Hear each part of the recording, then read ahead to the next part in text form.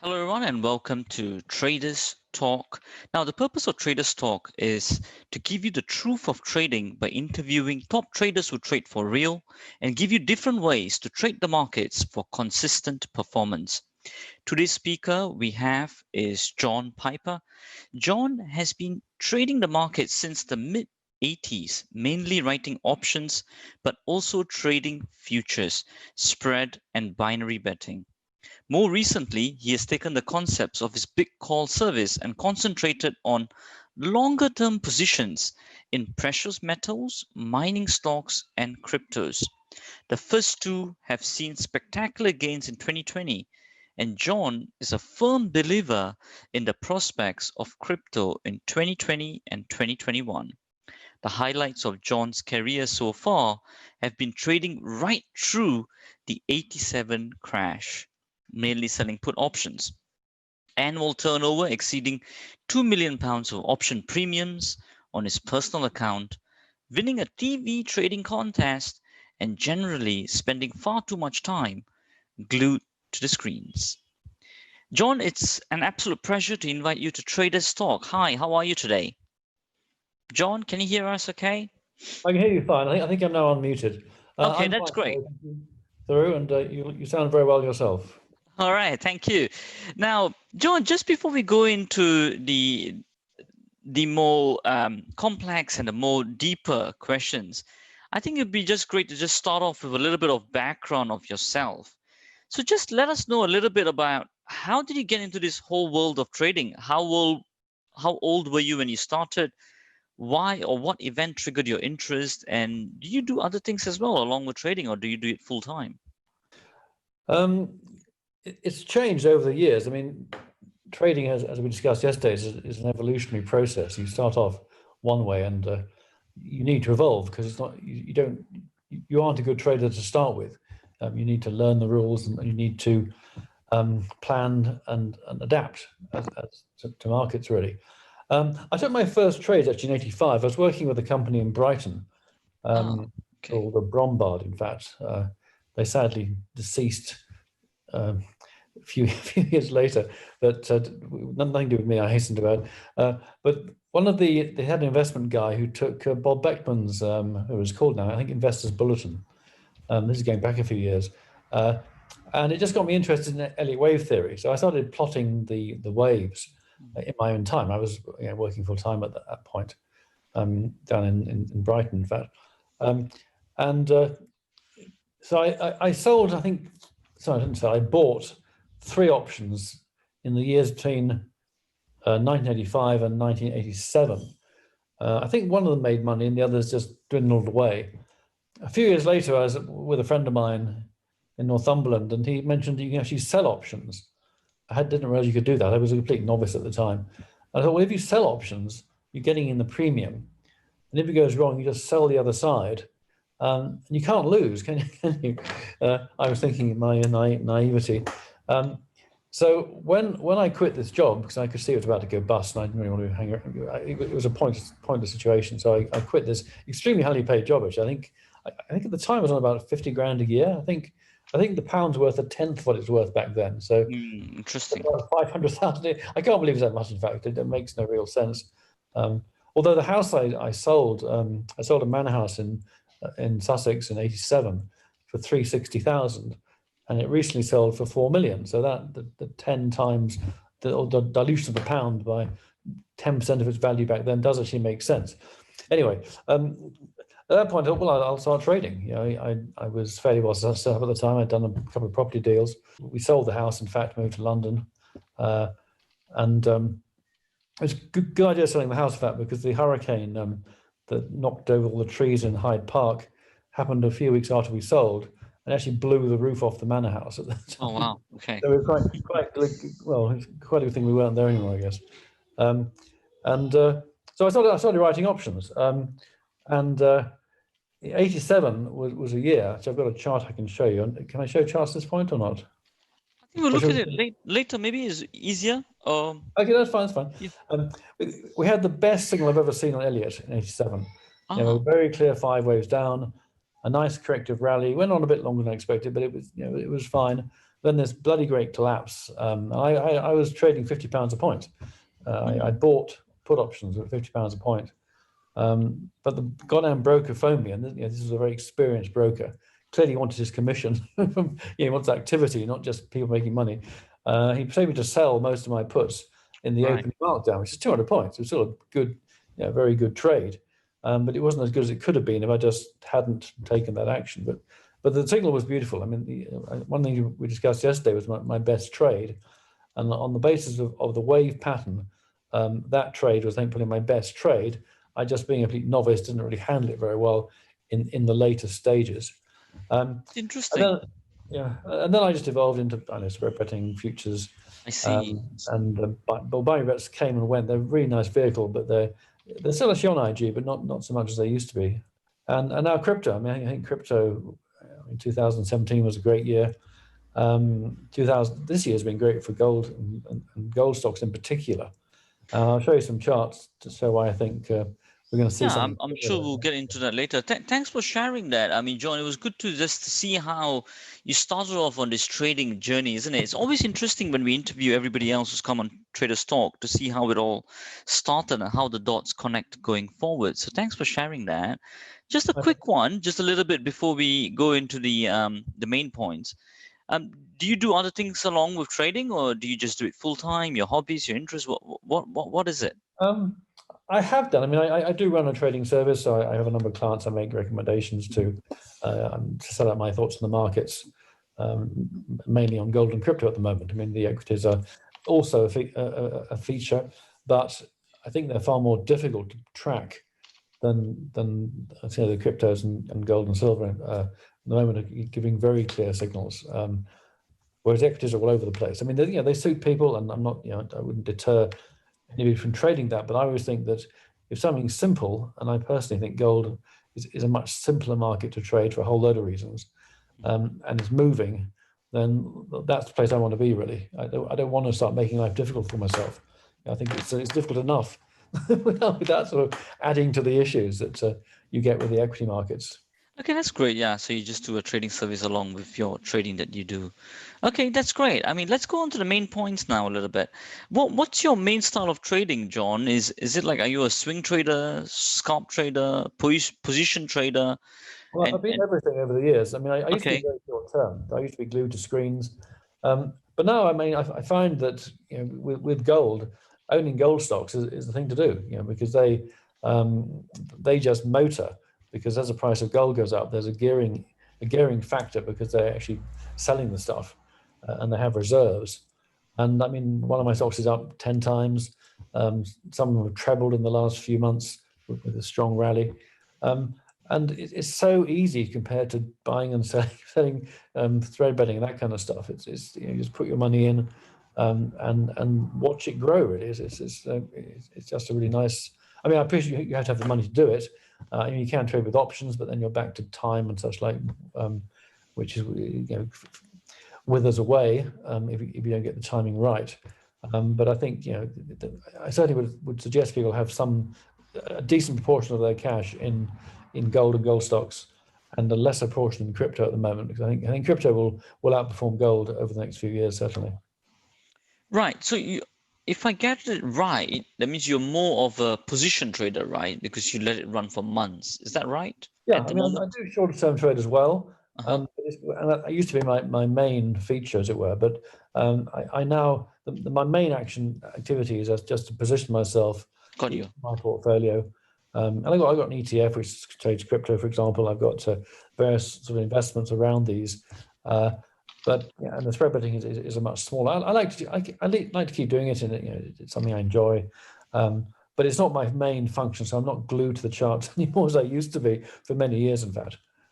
Okay, yeah, thanks for sharing that. I mean, it's good to also for the audience to understand that, they don't need to be one type of trader forever. They can evolve as well, which is what you have done too, as you grow. They won't be able to help themselves. There's no choice really. You sort of forced to evolve as you learn stuff. It's not really an option. Yeah, I guess we have come across other traders, so John, is that, I mean, some people, they just stick to, intraday short-term trading for their entire life. I mean, I know Mark Brown's mentor.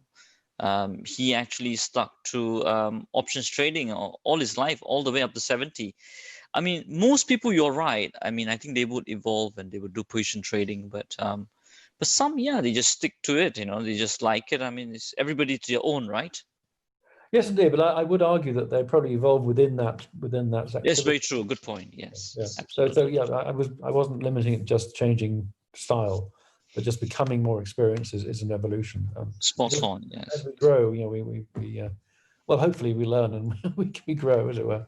Absolutely, and I think I'm sure the audience will be learning quite a few incredible stuff from your experience as we go through the questions.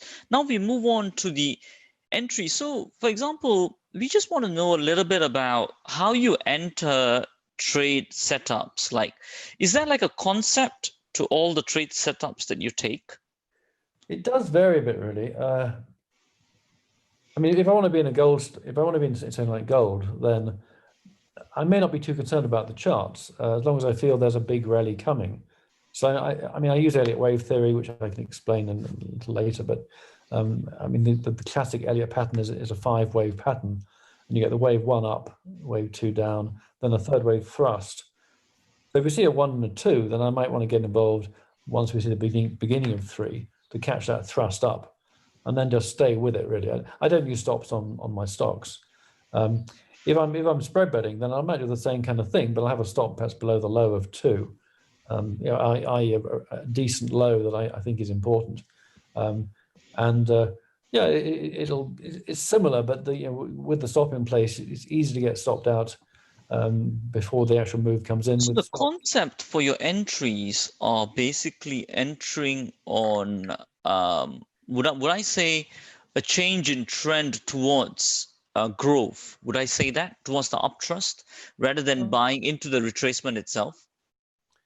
Not necessarily. I mean, yes, at the moment. I mean, I'll show you the chart of gold where you see the rally we're seeing, and now you see the correction and the indication that it's about to end.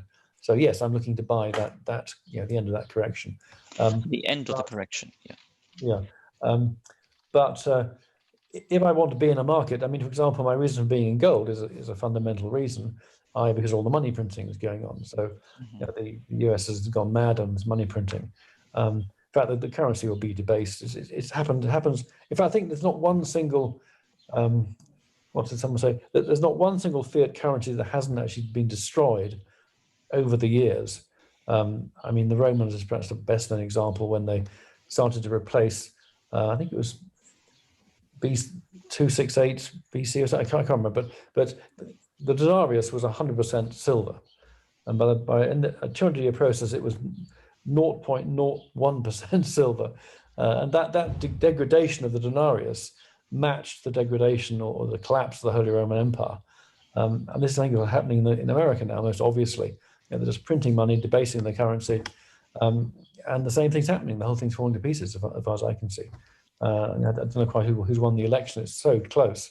I mean, Trump was winning, I think, about 5 o'clock this morning, and Biden taken over 3 or 4 hours later. So I know I haven't actually checked in the last couple of hours to see what's happened on that. Okay, so so that's good to know, John. I think the main thing is you're saying you buy at the end of the correction. You use Elliott wave to enter your setups, and always, the fundamental issue, if there's a good solid fundamental reason, I think there is right now for gold and crypto, then that's where I want to be, and if that's confirmed, as it were. Okay, great.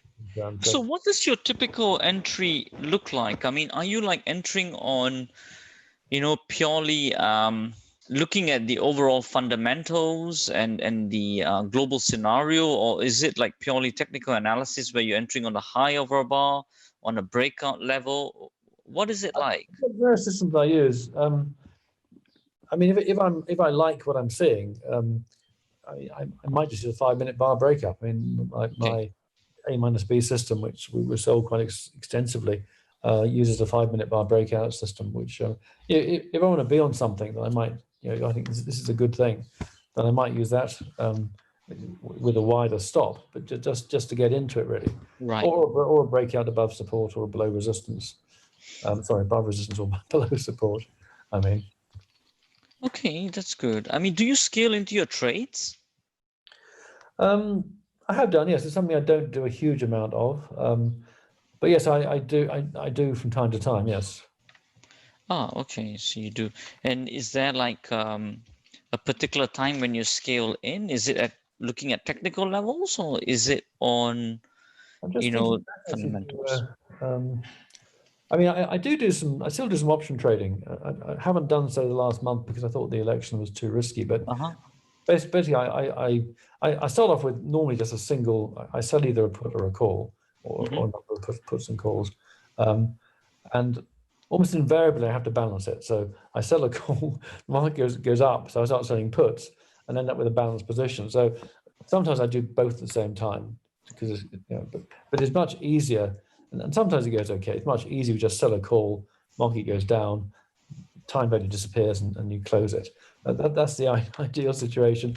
But having normally end up with short calls, short puts, and then I start spread betting to hedge that, and that works quite well already. It's important not to get emotional. So I don't trade in huge volumes. I just do it at a very comfortable level for me. I can mean a few thousand a month. It's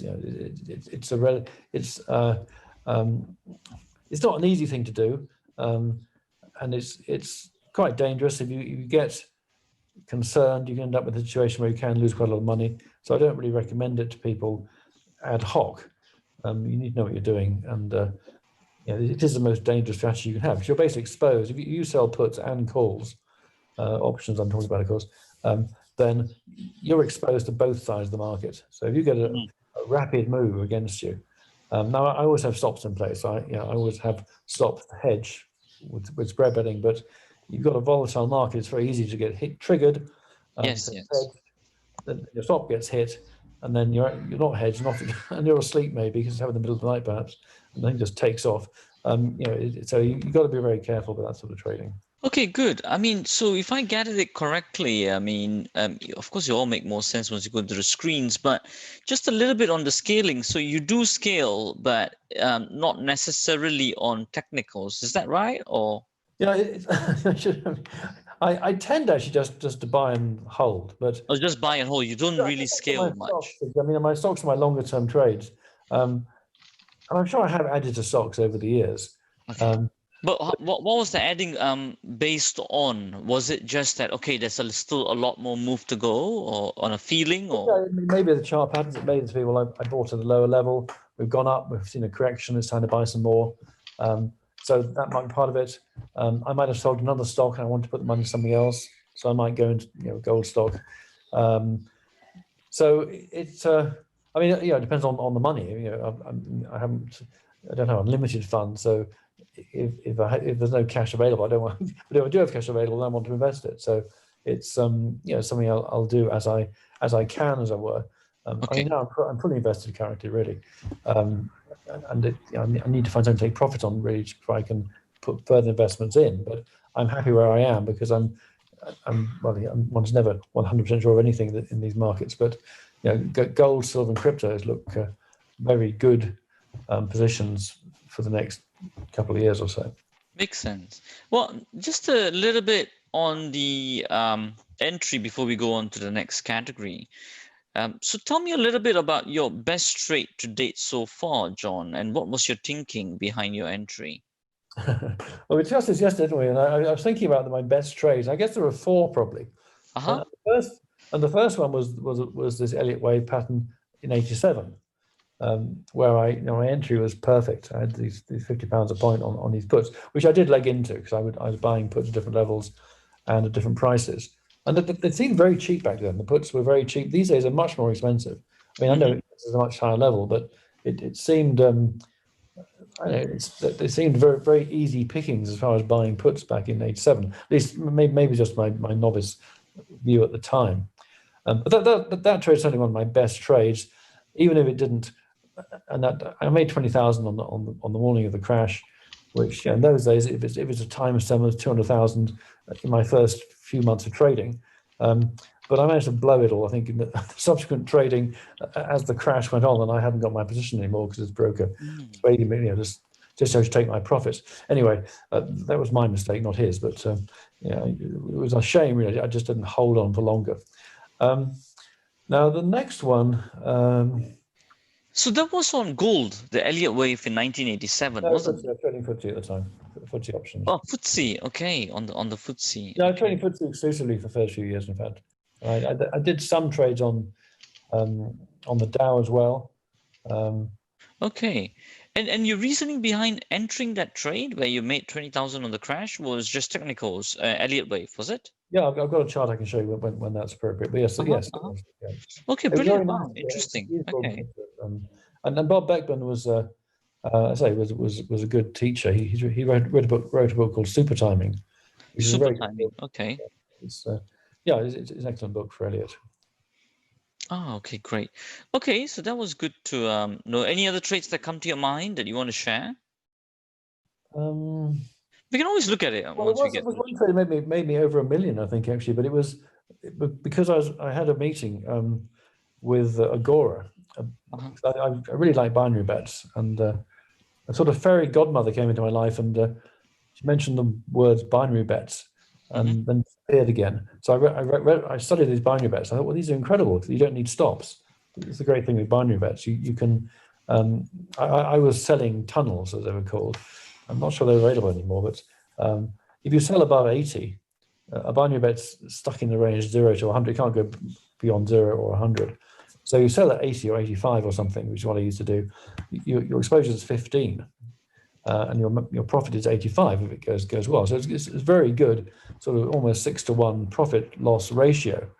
And I've met this guy for lunch, and as I walked into the pizza house, I said, "Look, I just put this trade on," and I think we're just eating the first mouthful of pizza when this trade came good. Okay.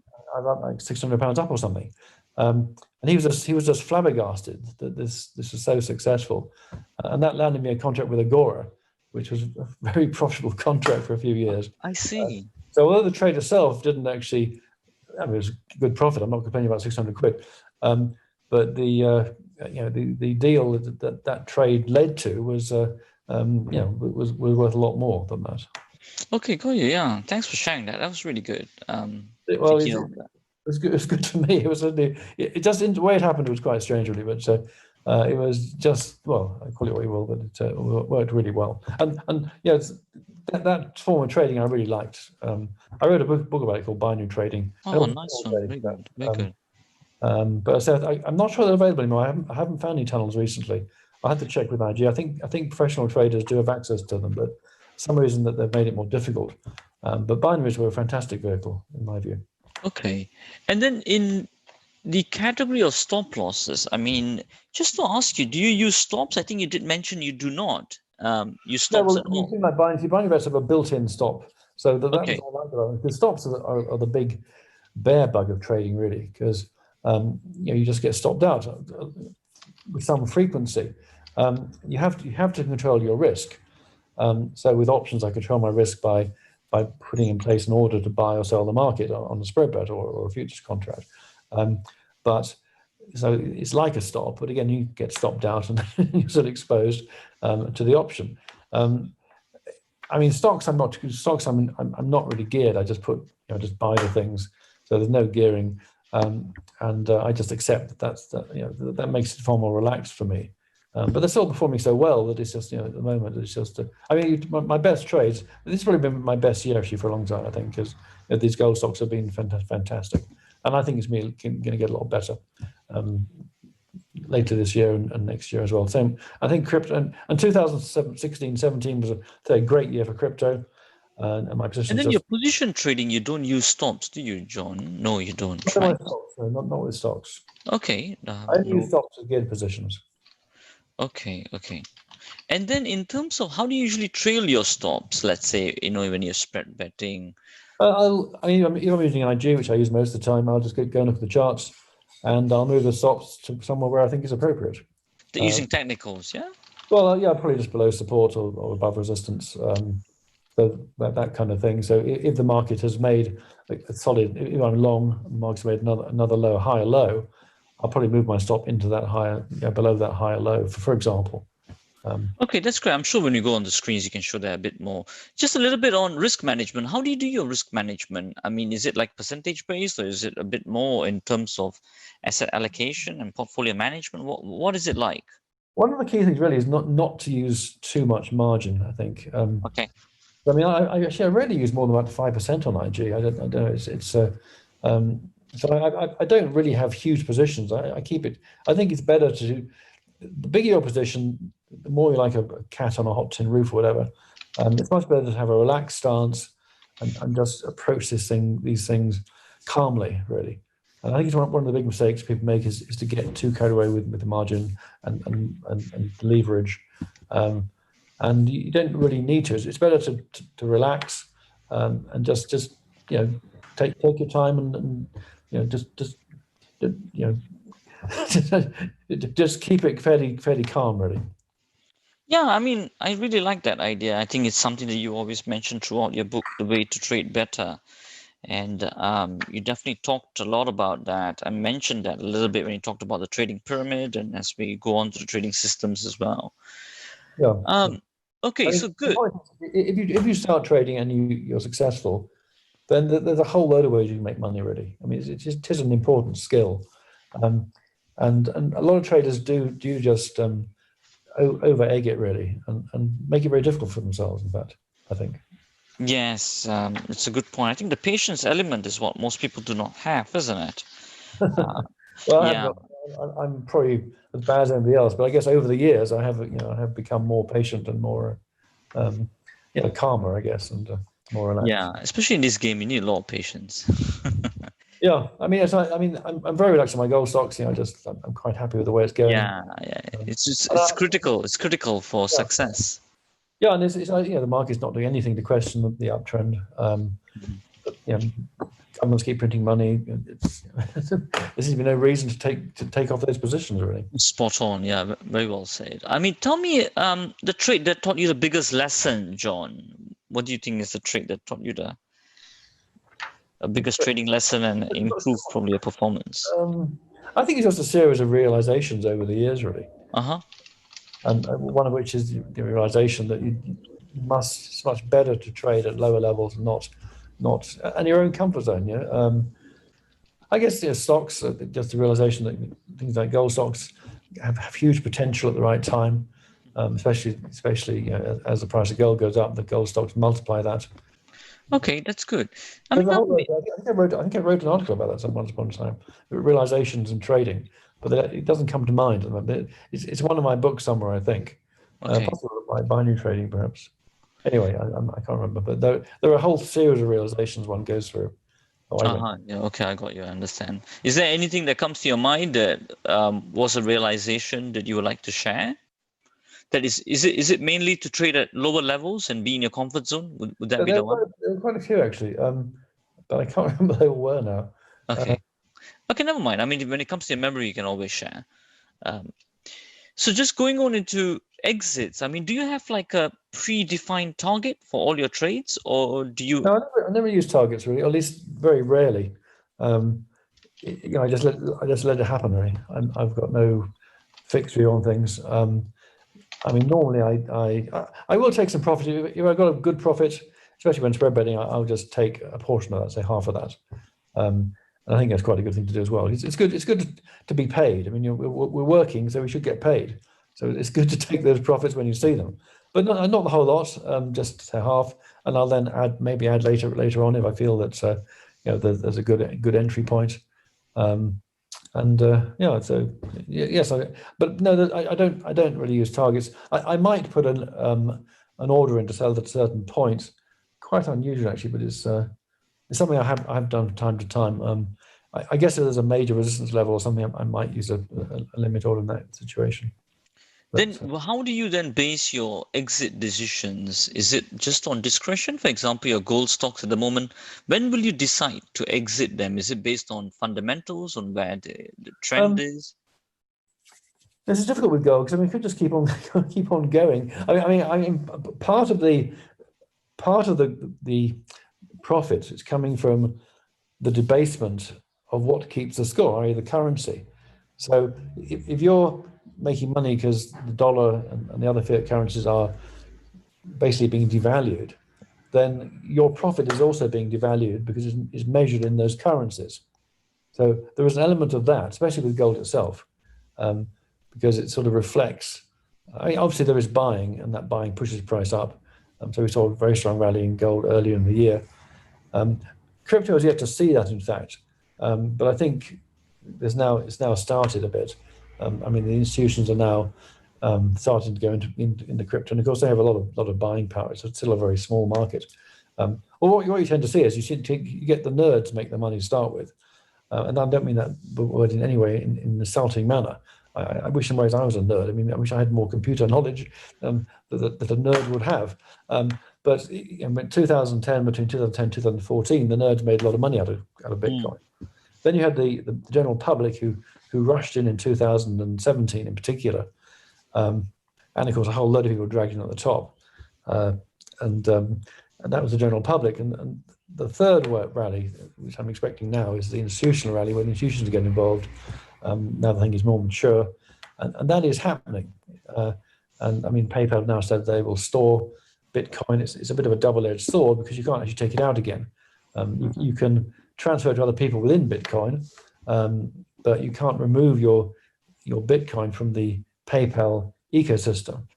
And there is a worry that I saw expressed in an article recently that what PayPal might do is say, well, actually, what you got here is you got PayPal Bitcoin, not real Bitcoin, which is what you'll have, in fact. And we're now going to take away the Bitcoin backing from your holdings, rather like the US government took away the gold backing to the dollar in the 70s, and Nixon did that. At which point the whole thing, the dollar started to depreciate more. Yeah, it was a very critical point that one with President Nixon in 1970, and that's when the gold got cut off from the money supply, right? And that's when actually paper became worthless. You know, the thing is, okay, these are all good points for entry purposes. What I'm looking to see is what would be a trigger factor to exit? Okay, so for example, right now, gold, yes, I mean, it's all correct to hold on to your trade and to let it run. But what then would be the opposite of it for you to come out of it? What would be your reasoning be? I wouldn't say at the peak. I don't remember whether I took them at the peak or not, but I did take some profits into that rally, into the later part of the rally on gold. So if I see a really nice profit, then I will take half of that profit generally. And then when would you exit all then? And what is a good profit? Is it based on just percentage of your initial capital? Or is it basically is it a money exit? So I guess you're money exiting on half of it. Is that right? I just use gut feel, really. I just say, well, I use a gut feel. Good. Yeah, so I can't explain that very well. If I see a good profit, I think, well, that's really nice. Then I will often take half of it. And then when do you come out of the other half? When you start seeing a major correction, or well, I might also raise a stop. So I would perhaps be stopped out, or it might keep on going, and I might say, this looks nice again, take another half out. Then it just depends on how I'm feeling, really. So it is a very personal strategy, I guess, that I find works for me, which is what's important, of course. But I think as I say, getting paid is important. It's if we're working, we expect to get paid, and getting that reward is an important part of this process. So it is good to take some cash out, but I don't really use target. I think if you use targets, you might well limit the profits. Yes. I mean, it all depends on all different strategy objectives and everything. In fact, I think in your book you talked about Zeitgap as well, right? Zeitgap is a bit more rigid system, isn't it? I think entry stop loss. I mean, you can add flexibility to it by using this. You can move the stops more freely. You can take profits more freely. But yeah, the system as set out is very. It's called Zeitgap or A minus B. But it is in itself a rigid system. Good, yeah. Just one last thing on the exits before we move on is, do you feel at peace, John, when you exit most of your trades? In fact, I got this idea from one of the books that I read from the New Market Wizards. And in the book, when he was interviewed, one of the traders, I think it was Tom Baso, who actually mentioned this. And I think he said that the litmus test for him to know that he's progressing on his trading journey is when he feels at peace with 80-90% of his trades, and he doesn't feel any regret for coming out too early or coming out too late from his trades. Would you say that you feel at peace most of the time when you exit most of your trades and you don't feel a sense of regret? Yeah, very much so. Ah, very good. Yeah, I don't really worry about my positions at all. I mean, I review them. I review my stocks about once a week, I suppose, and I look at my spread betting twice a day, maybe. Yeah, I'm quite relaxed. I've got the stops in place. The things are going well. Then I will take profits when I see something that I think is exceptional. Yeah, and it's fine. So. Okay, great. In your book as well, in The Way to Trade Better, you talked a little bit on psychology as well. So just a few questions on that. I mean, do you have a specific pre-trading routine before you start trading? No. Okay. And do you do any practices at all for your psychology? I used to meditate quite a lot, I guess. I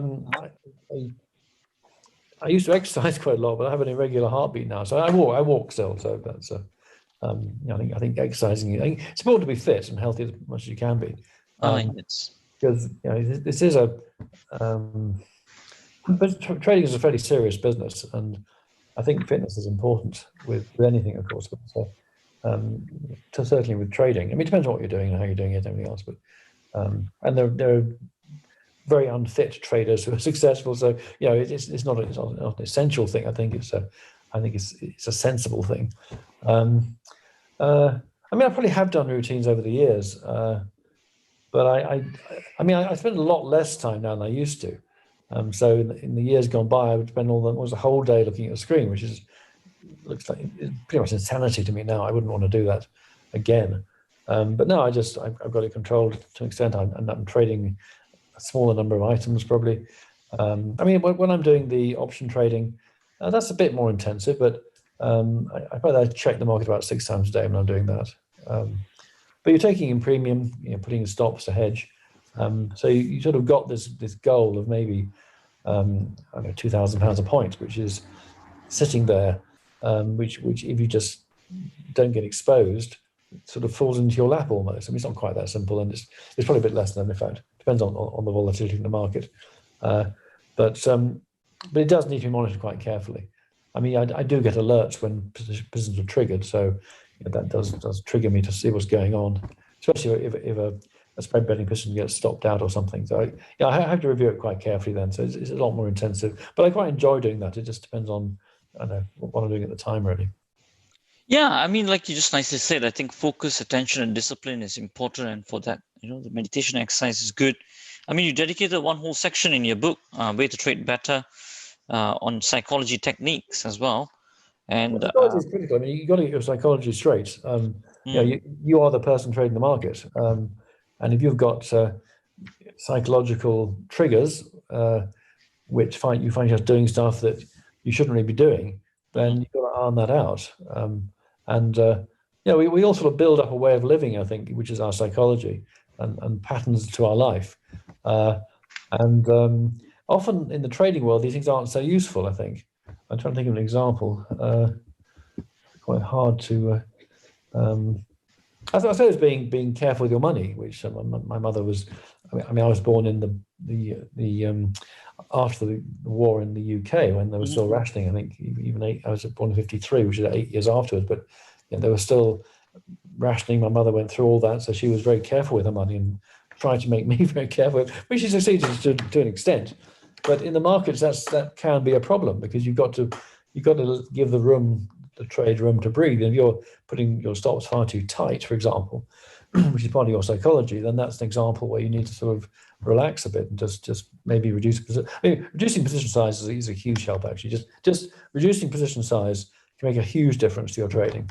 Yes, yeah, I think you do mention that a lot inside your book as well. And in fact, you nicely nailed, 3 main points for the psychology which people, deviate from and they go into impulsive trading. One is boredom, second is omniscience, and third is fear. So it's really good read there. And you also listed the 19 problems that people have on page 83 of the book.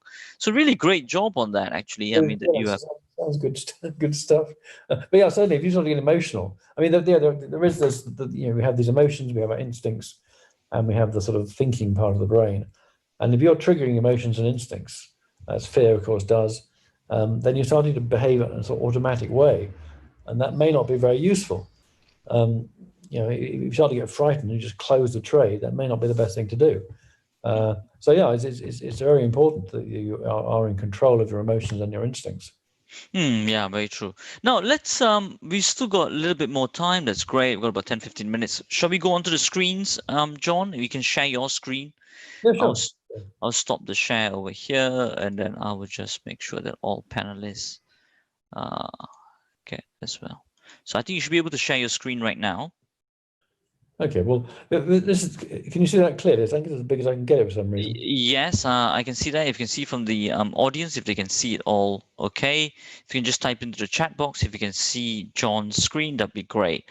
Okay, John, I think they're all saying, yeah, I can see. Well, I started trading. I went full time. I think it was May actually. So this is May, I believe. So I went full time then. So in July we got the peak. Then we got the 5 waves down. Sorry, it's a daily chart. This is much clearer on a shorter term chart, but I actually haven't got one sadly anymore. But we had the 5 waves down, which is a signal that we've got a continuing, that after a bounce, we'll see more downside. So we got the ABC. It was a bit bigger than I was looking for, but these things do vary in size. Often the 4th wave is resistance, which it was, I guess, for the first part. But then we got, I started buying puts up here, maybe before that slightly, and then it just shot down, and that Monday was a big down, 300 points down. I caught 200 points of it, but we had another 300 the next day, so I've done a lot better just hanging on to my positions. But that's a sort of classic Elliott pattern, and it was. I haven't seen one quite as good as that since. Although I've certainly seen 5 waves down, but nothing like this to continue. And when we have seen crashes, we haven't seen the 5 waves down so clearly. But this was a beautiful pattern for that. So that is the Elliott wave principle, wasn't it? Yeah, that's the Elliott wave principle, which I use a lot, and I like it because it is very useful. I mean, you get the ABCs. Look at the gold chart I got here. This was the 1987 one that you took, right? And was one of the best trades, wasn't it? The one that you just showed. Yeah. Where is this? I can't find the thing now. There it is. Yes, this is one of my best trades in 87. You're showing me another one, actually, when we were discussing yesterday as well. I mean, you were telling us about the other ones that are setting up on gold and all that, right? Well, yes, the chart here is gold on TradingView. This actually is a free charting service. I use it quite a lot now. It's very useful. So look at gold, which is a CFDs on gold. You'll see we've seen this very, very well. If I go back to slightly longer term patterns, yeah, I mean, I got involved in gold in 2016, so we got involved back here when it was about 1,000. So it's doubled since then, but we've got a sequence of 5 wave advances here. So that was a 1, 2. I think this is 1 of 3. This is 2 of 3. So if that's correct, then the rally I'm expecting would be a third of a third, and dramatic. So that's what I'm really looking for. What level will be looking to take out over there, John? I mean, to show you confidence that it's going to rally further up. What I really want to see is an ABC here. So we've got the A, the B, the C, the D. Now, it's a triangle. I think it's fairly clear. It's not very well, the upper trend line is not very well documented, and the B wave failed to get there and D wave went through it. But it still looks like a triangle. And the final part, you've got A, B, C, and this looks like a B with a C due. Now we get onto a 5-day chart, just for a comparison. I mean, this could be impulsive. We can't, given the strength of the move, given that I always feel the technicals are always affected by the fundamentals. And if we've got a very strong move coming, and it's fairly clear that's what's coming because of all this money printing, the election, which may now be resolved, I guess, then I expect the technicals to start showing a bit of a warp in that favour. So I'm now wondering whether this actually is the low and whether we're now going up here. Now, see, I've already got all the gold stocks. The spread betting is secondary. I'm fully positioned, really. I don't mind adding a bit on spread bets, but it's not a big deal. So I'm sort of happy to miss out adding a spread bet because I've already got the other bit. But I mean, this isn't clear. There's not a clear 5 waves there. It's all a bit messy. So you see, John, just a quick question for you. If you go on to the do we have why do we put the 1 year chart or the weekly chart? I mean, is there one there? 1 month chart maybe? On the 5, let's see. I think you had some drawings there. Let's see. There's a Some couple this is the one, yes. So this is the 5 year chart, is that right? No, 1 week. Yes, it's 5 year. A 5 year. Right. So over here, I think the highest you can see was 2050 price point. Is that right? Yes. At the top there, isn't it? I can't really read that number. I mean, yeah, the top was around 2068 approximately. Yeah, and then the lowest in that retracement was, what level was that? 1825? Let me go down to the lower chart again, sorry. Yeah, so far it's been down here, 1845. 45. So my question to you is that the highest point is 2000, I think, and 80 or something you said, right? 2065, whatever. And then 1845. Now, my question to you is, okay, of course, I mean, it shows more strength, of course, if it takes out the last high, 2085. But before that, what level would you see to take out? Would it be 1940, which is your D point, to see some strength coming back in? I'd rather be buying down here, really. If we saw a bit of a bounce down here, I'd probably be buying down here. Okay. So you still be a buyer. At which point, it'd be interesting to see your thoughts on this. At which point do you think that you will start to maybe change your thought into saying that, hey, you know what, this is getting weakness now, it's not going to run any further up? Which point on this chart would you start to get concerned? Here. At 1825, you will start to think that it's starting to lose its momentum? Yeah, I would start to think what's going on here because we're due to bounce. We've seen the correction, and I would, that would be a point of concern. So anything like what you have highlighted there, I mean, anything below 1,800 probably will start your concern. 1820, 1,800. Well, one of the most reliable patterns is actually the ABC, where C and A are equal. So there was a point. I think it was now exactly. I think you had A, B. At that point, C. I think that would be the ABC.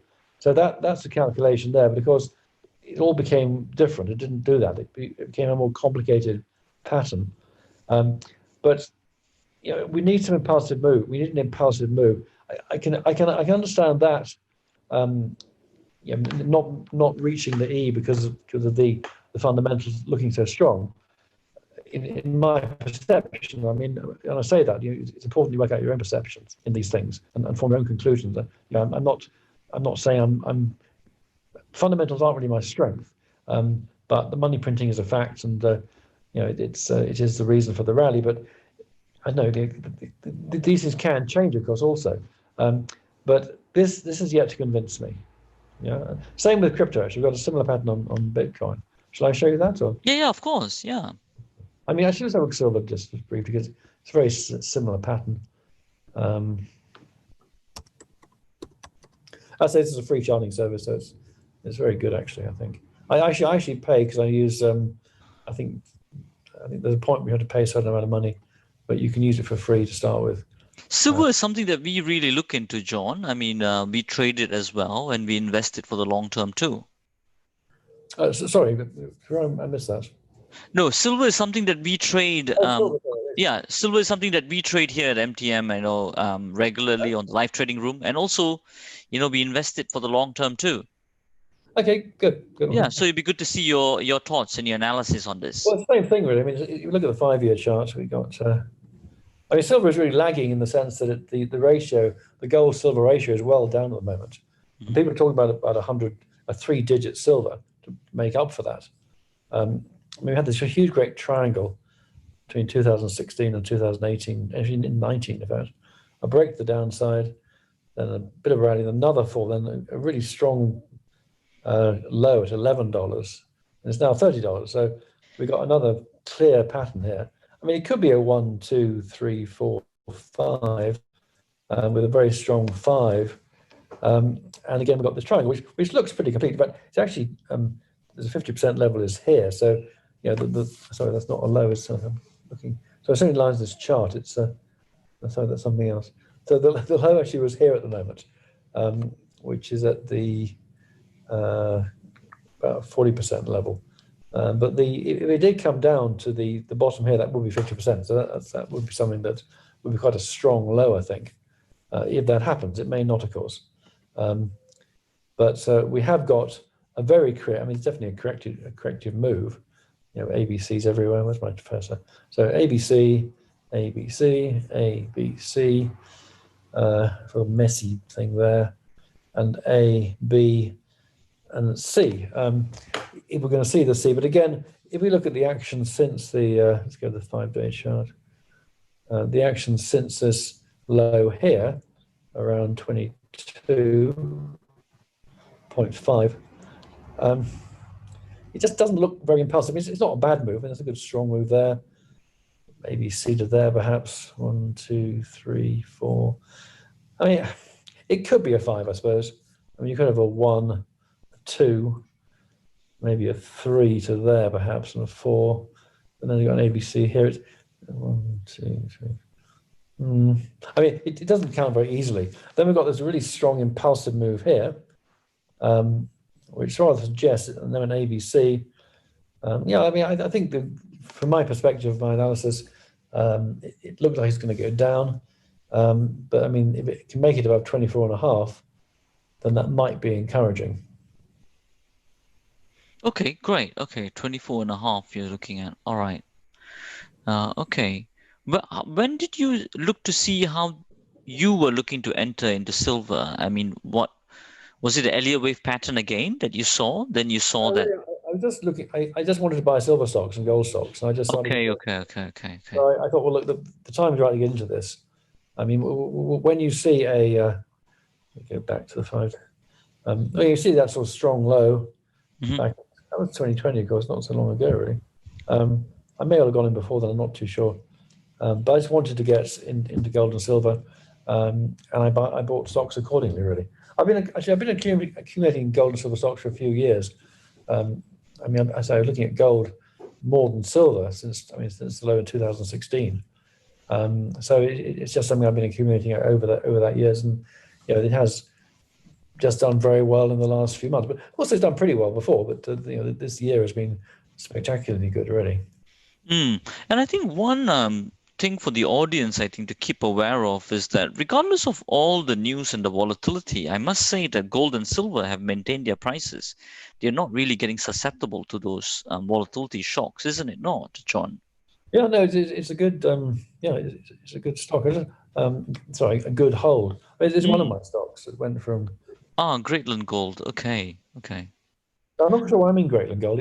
I do sometimes just take tips, as it were. If I want to be in a particular market, then because I don't really study stocks, I might well just take somebody's recommendation for Got it. you. And this was recommended to you by your friends or your colleagues or your brokers or?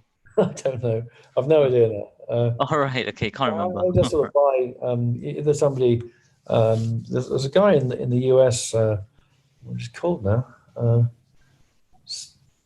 Stock Market Window, I think, or something. Okay. Who I think he's pretty good, I think. But where this one came from, I'm not sure. But certainly, it has been my best performing stock this year, certainly. And that's a pretty spectacular move. It's really good. I think it's something that for all the audience listening in to start looking into as well. I mean, like the stocks, right? Gold stocks, especially. I mean, for them to have an outburst further on as well, because I believe there's still a lot of move in gold, especially if all this printing and the bubble is still not broken out yet because of this. We've got a bit of a triangle on this as well. You can see since the peak, it's just. I mean, I would say again, that's a very corrective move, really. I'm not sure whether the spike is actually accurate. It's probably a bad ticker, I would think.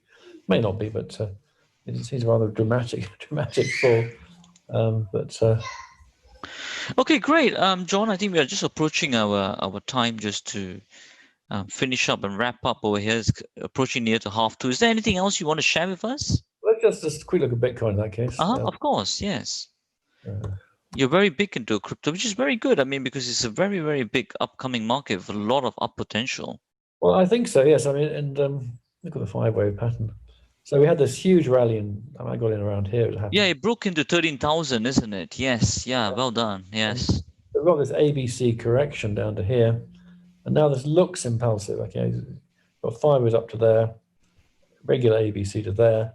Now we're moving up again, and it just looks like a fairly sort of strong impulsive.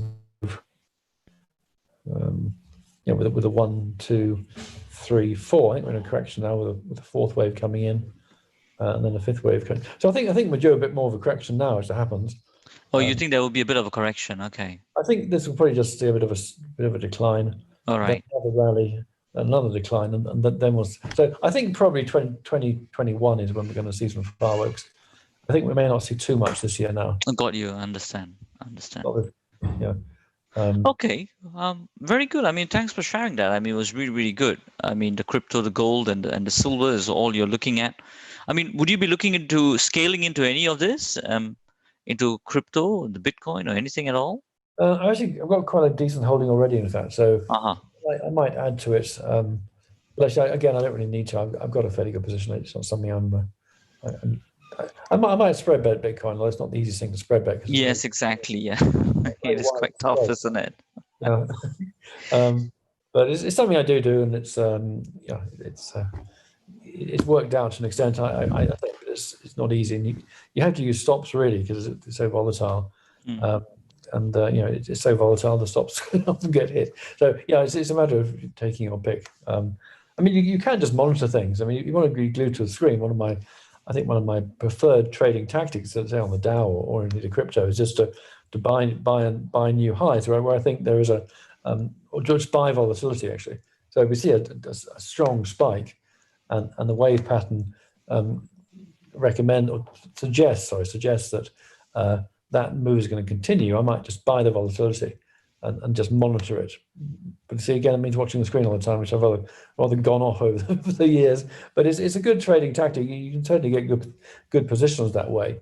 It's something if I feel there's a big move coming, then I might well do that because it's often early in the morning is quite a good time, 8 o'clock perhaps on the indices.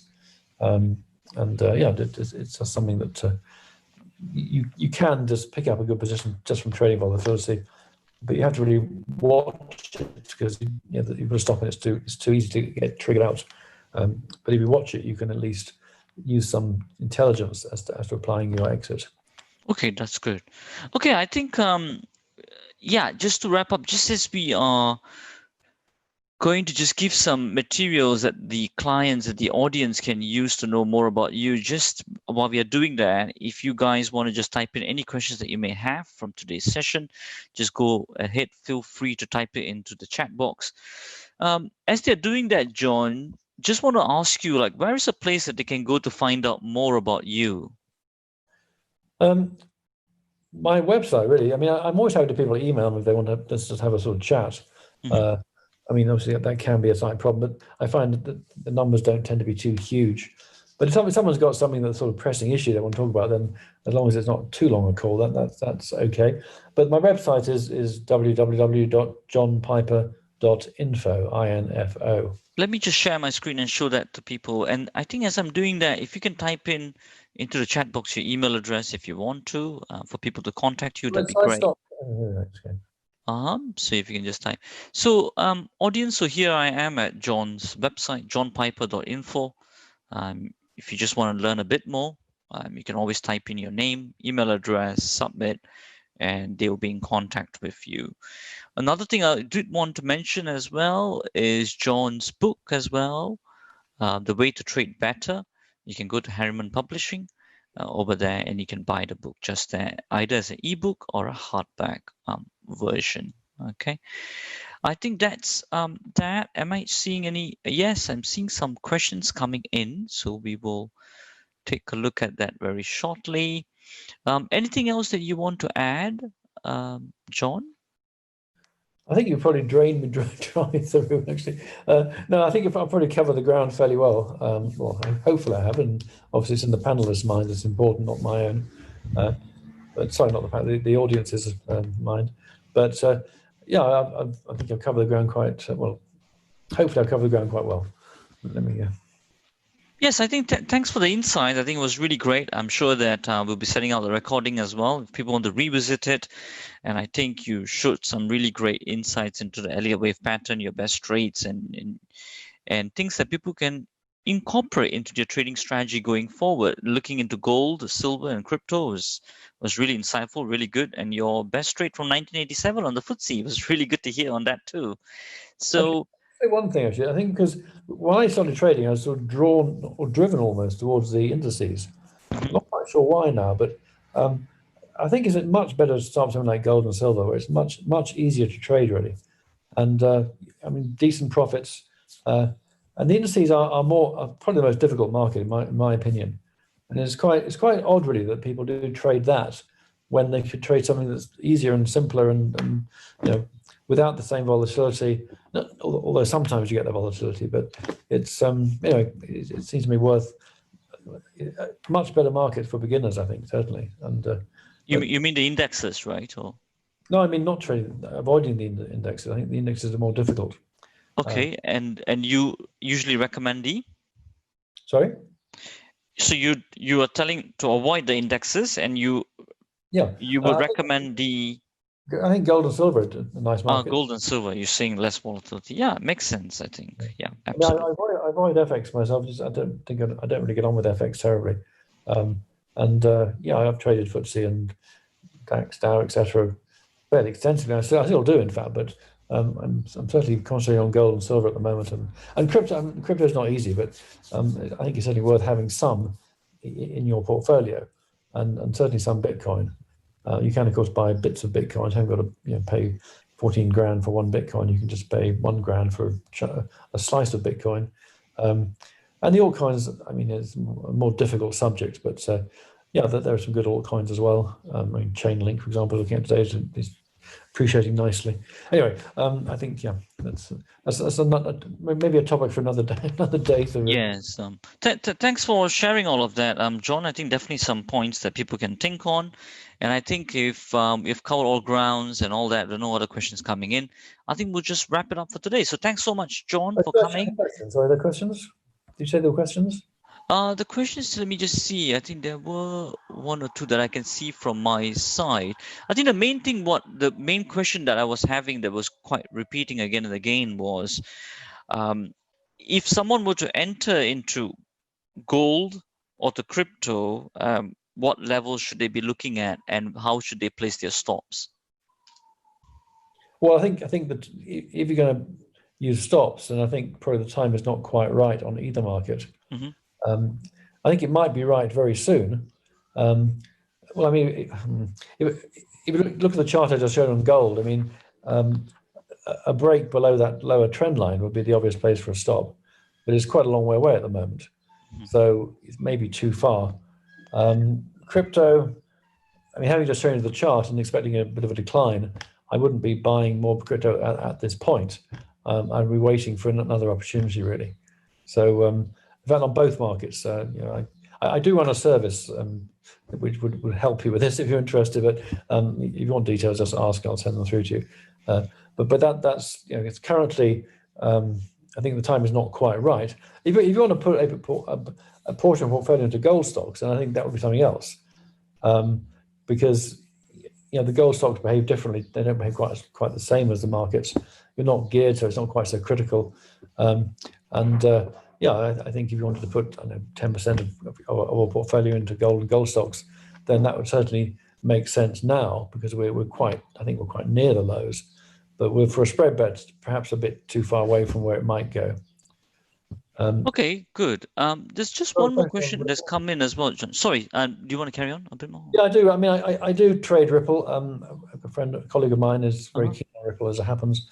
I don't find the charts so reliable, but and it's pretty volatile. But yes, I certainly have about, I think, 20 different cryptos or something. So I've got a fair spread, although mainly Bitcoin. And I found I have traded Ripple and Litecoin, I think, but and Ethereum a bit as well as Bitcoin. But yeah, well, it's not something I do a huge amount of. But I will certainly look to spread Bitcoin when I see a good opportunity. Okay, good. Wishbone Gold Plc, I think they're asking some of the person. You mentioned GGP, which was the gold stock that you said, but they're asking, have you looked at Wishbone Gold Plc as well? I don't think so, but I can always dig up a chart. But yeah, it doesn't ring a bell. I don't believe I own any of that one. Okay, no problems. Okay, I guess we're just a little bit overrun our time, and but no problems at all. I mean, guys, audience, I mean, if you want to ask any further questions with John, I mean, definitely go on this website, put your name and email address, and be more than happy to help you guys. Thanks so much for your time today, John. It was such a great pleasure having you on Traders Talk, and we will post this recording in the email as well for everyone, and then a follow-up email as well. I certainly enjoyed it, and I always like this kind of thing. It's always interesting to discuss things. You get more insights when you ask questions, I find. Absolutely. Good way of provoking thought, and that's all to the good, I think. So very good. Well, thank you indeed. Yeah. Thanks to everyone. Thanks to John. And as we always say, till the next time, stay disciplined, follow your trading plan, and keep trading like a master. Bye, everyone. Have a great day.